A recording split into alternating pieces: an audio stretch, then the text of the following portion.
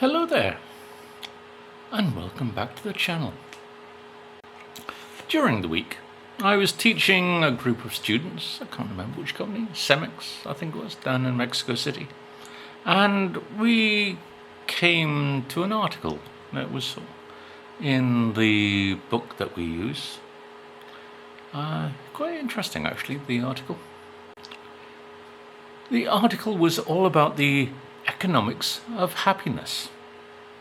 And the image that accompanied this article showed Copenhagen. So, at the time of writing, Denmark was obviously the happiest country at the time. They seem to have slipped recently, and they're now down in second place. And Finland now is in first place. But most Scandinavian countries are among the happiest. So Finland, Denmark, Sweden, Iceland, Norway is a little bit lower, it seems. So I asked my students, is Mexico a happy country? And where is Mexico in the World Happiness Index? And they were pleasantly surprised by what I showed them, I guess. Mexico, according to the World Happiness Report and Index for 2025, lies in 10th place between Luxembourg and Australia, yet above Switzerland, which is in 13th. I always thought the Swiss were happy people somehow. Mexicans, it would appear, are far happier than other nations, including Canada, according to this report. And the United States? Well, I think the Trump factor of 2025 has really worked, as the United States are down in 24th place. Actually, the British, my group of people, are only marginally happier in 23rd place. I don't know why that is. Maybe it's a result of the Starmer effect, plus Brexit and its fallout, and the general British art of moaning about this and that. It seems that Mexicans must be feeling much happier this year, 2025, than they did in 2024, as Mexico lay in 18th place. Which is actually just one place above the United States, which was in 19th. A year really can make a difference, can't it? But why is the United States the land of freedom and every other thing that they seem to tell us not higher in this list? The world's least happy of countries, unsurprisingly, is Afghanistan. I don't know what factors are used in this index that has placed Mexico in a higher placing than the UK, the USA, and Switzerland.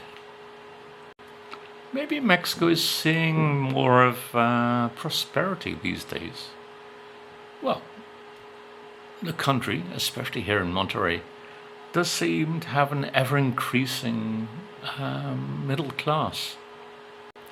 It could also be something to do with the fact that Mexico has a very strong identity. And Mexicans are very generous of spirit, generally. giving not something financially to somebody in need, but something from their soul, in that they love to help people. You can see this generosity of spirit in Mexicans, in that they will always, especially people of Nuevo Leon, will go to the help of any other Mexican who happens to be suffering. Rather like the floods in Veracruz, in Hidalgo, and San Luis Potosí. I think there are 2 other states as well affected by these incredible floods last week. And this is what I love about Mexicans. They will rush to help whoever is in trouble. Not just here, but they will also help, like they did with the people suffering with the floods in Texas, in whatever county of Texas it was. Sadly, you never see Americans do the same for Mexicans. This is very one-sided, but it doesn't deter people in Mexico from offering help.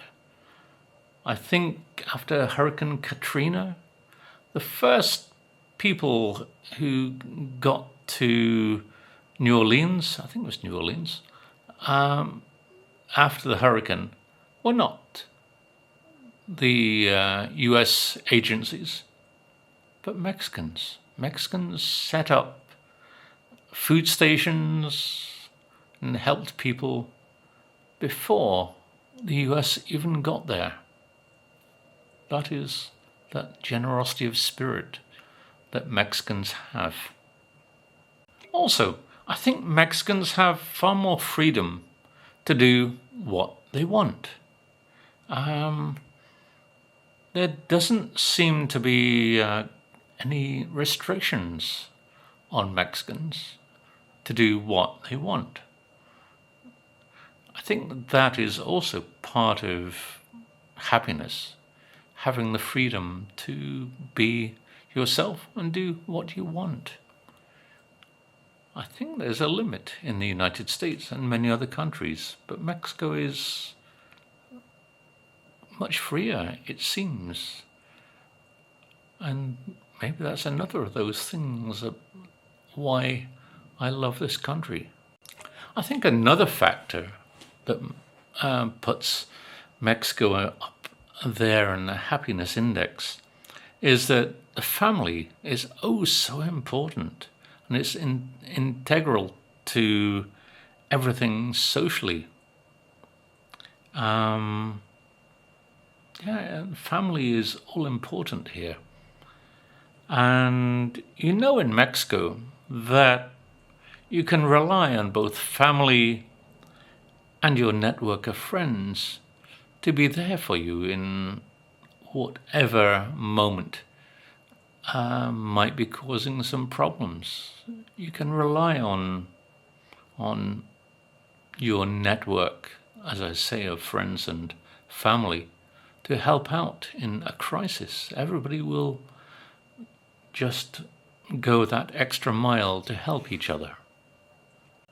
Actually, I could probably count on my boss, Ed Soto, to help. And he's always there for me for whatever I need. So, yeah, even through work, you will find the same thing happening.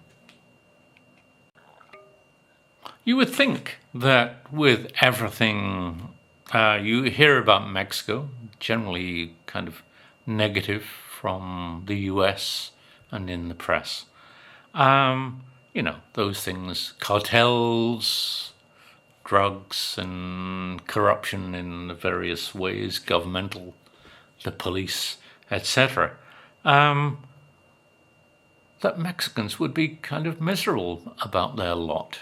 I mean, all these things you would think it would make you have a bit of a downer. But no, I don't know if the average Mexican just kind of thinks, oh, screw it, I'll just get on with life, and regardless of what's going on around me. I guess it's a little like living with pollution in some ways.